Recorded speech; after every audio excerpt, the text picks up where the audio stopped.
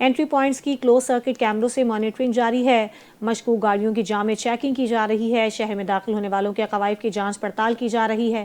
اس کے علاوہ شہر کی حساس تنصیبات پر بھی سیکیورٹی بڑھا دی گئی۔ سیف سٹی کیمروں کی مدد سے اہم شاہراہوں پر اور تنصیبات کی مانیٹرنگ جاری ہے۔ اسلام آباد میں ہونے والے دھماکے کے بعد بین الاقوامی برادری نے پاکستان کے ساتھ یکجہتی کا اظہار کر دیا۔ امریکی ناظم الامور نٹالی بیکر نے کہا کہ وہ دہشت گردی کی ہر شکل کی مذمت کرتی ہیں۔ ہم جاں بحق افراد کے خاندانوں کے ساتھ ہمدردی کا اظہار کرتے ہیں۔ انہوں نے کہا دہشت گردی کے خلاف جدوجہد پاکستان کے ساتھ کھڑے ہیں۔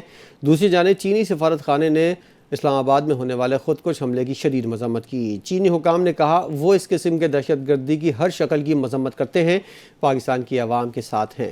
برطانوی ہائی کمشنر نے بھی اسلام آباد میں ہونے والے دھماکے کی شدید الفاظ میں مذمت کی۔ اسلام آباد دھماکے کے پیچھے افغان طالبان کی سہولت کاری، بھارتی اسپانسرڈ خارجی اور افغانستان کی ملی بھگت کھل کر سامنے آ گئی۔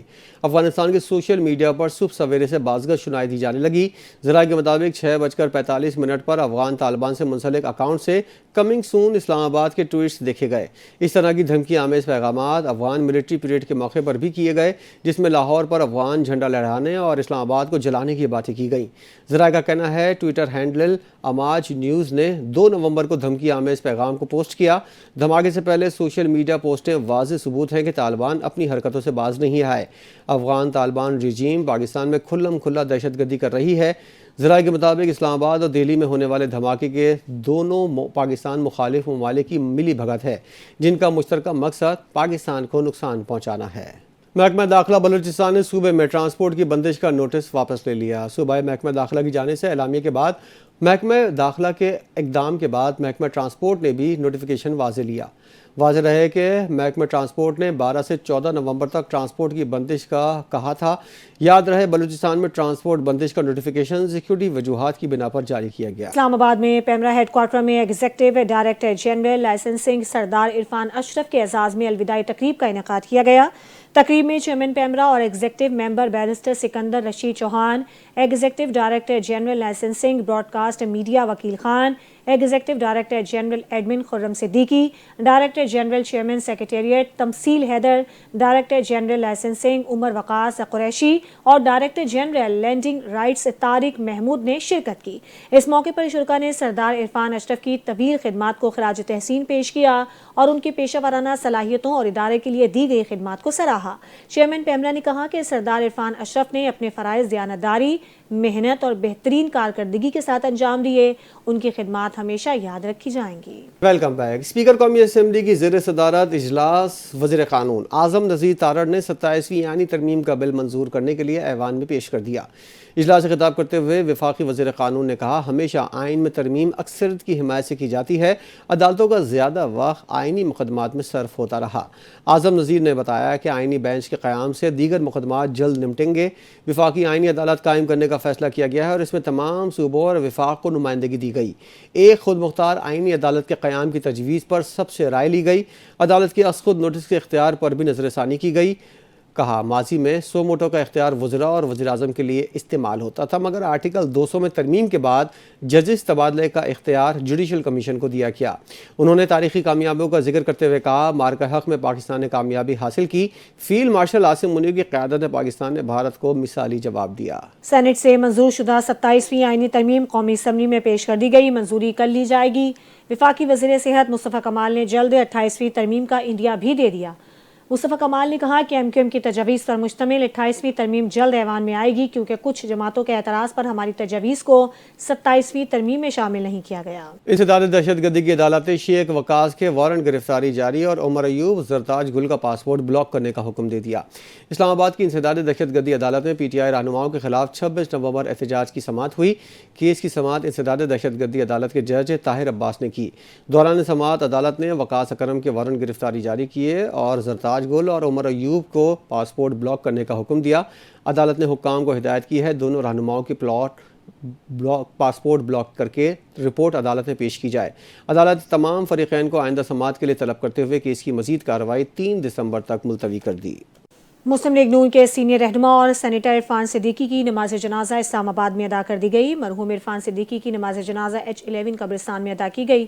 سینیٹر عرفان صدیقی کے بیٹے عمران صدیقی نعمان صدیقی اور بھائی شاہد صدیقی نماز جنازہ میں شریک ہوئے۔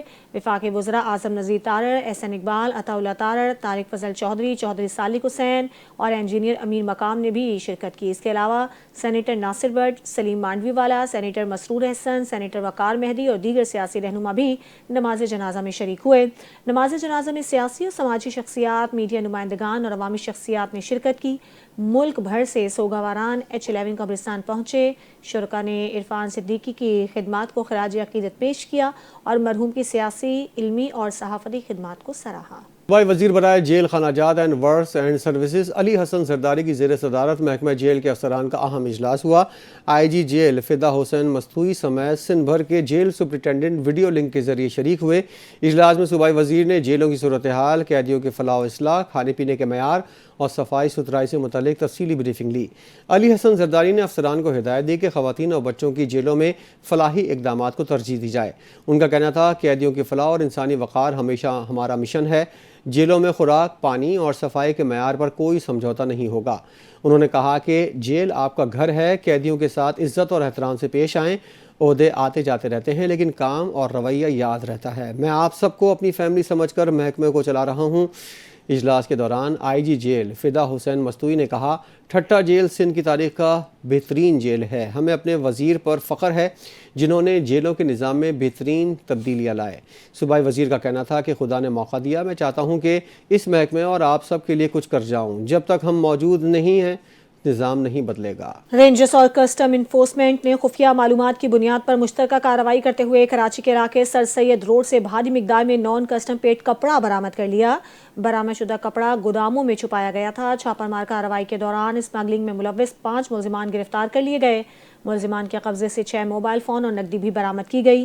برآمد شدہ نان کسٹم پیڈ کپڑا 22 مزدہ ٹرکوں اور ایک کنٹینر کے ذریعے مزید قانونی کارروائی کے لیے کسٹم حکام کے حوالے کر دیا گیا، جبکہ ملزمان کو پولیس کے حوالے کر دیا گیا۔ کراچی میں ٹریفک قوانین کی خلاف ورزی کے مرتکب شہریوں کے لیے مشکل بڑھ گئی۔ شہر میں ہونے والے ای چالان کتنی مالیت کے ہوئے اور کتنی رقم قومی خزانے میں جمع ہوئی، اس سے ٹریفک پولیس لا علم نکلی۔ دیکھتے ہیں عارف حبیب کی رپورٹ۔ کراچی میں ٹریفک قوانین کی خلاف ورزی پر اب ای چالان کے ذریعے کارروائی کا دائرہ وسیع کر دیا گیا۔ ای ٹکٹ چالان سسٹم کے آغاز کے بعد شہریوں کی رہائش گاہوں پر ای ٹکٹ چالان موصول ہونا شروع۔ ٹریفک پولیس کے اعداد و شمار کے مطابق 14 روز کے دوران مجموعی طور پر 48,211 ای چالان جاری کیے گئے، لیکن یہاں یہ بات قابل غور ہے کہ شہر میں اب تک 48,000 سے زائد ای ٹکٹ چالان جاری ہو چکے ہیں، لیکن ٹریفک پولیس کے پاس ان ای ٹکٹ چالان سے کتنی رقم قومی خزانے میں جمع ہوئی اور کتنی مالیت کے چالان جاری ہوئے، اس سے ٹریفک پولیس بالکل خاموش ہے، جس کی ایک وجہ یہ بھی ہے کہ سندھ حکومت کی جانب سے پہلا ای ٹکٹ چالان معاف ہے، لیکن شہر بھر میں شہریوں کے متعدد چالان ہو چکے ہیں۔ ان کا کیا ہوگا یہ بتانے سے بھی ٹریفک پولیس خاموش ہے۔ شہر بھر میں قائم 11 سہولت مراکز پر اب تک 5,000 سے زائد شہری ای چالان کی معافی کے لیے رجوع کر چکے ہیں۔ ٹریفک پولیس کے مطابق 90% سے زائد چالان پہلے موقع پر ہی معاف کیے گئے ہیں، جبکہ باقی کیسز کو خصوصی کمیٹی کے سپرد کر دیا گیا۔ ترجمان ٹریفک پولیس کے مطابق اب تک ٹیکس نہ ادا کرنے کے خلاف کوئی ای چالان جاری نہیں کیا گیا، تاہم آئندہ مرحلے میں اس پر بھی عمل درآمد متوقع ہے۔ 14 روز میں 48,000 ای چالان کا سامنا شہریوں کو کرنا پڑا، جو اس بات کا ثبوت ہے کہ شہر میں اب بھی ٹریفک قوانین پر عمل درآمد سنجیدگی سے نہیں کیا جا رہا، جبکہ ٹریفک پولیس کے مطابق معاف شدہ چالانوں اور جرمانوں کی مالیتی تخمینہ بھی تاحال طے نہیں کیا جا سکا۔ Chairman P C B Mohsin Naqvi کا راولپنڈی کرکٹ اسٹیڈیم کا دورہ، میچ کے دوران سیکیورٹی انتظامات کا معائنہ کیا۔ محسن نقوی نے کہا کہ کھیلوں کی سرگرمیوں کو فروغ دینا ہمارا مشترکہ مقصد ہے۔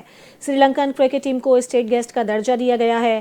مہمان ٹیم کی سیکیورٹی پر کسی قسم کا سمجھوتہ نہیں کیا جائے گا۔ بلیٹن سے فی الحال اتنا ہی۔ مزید خبروں کے لیے دیکھتے رہیے NTN نیوز۔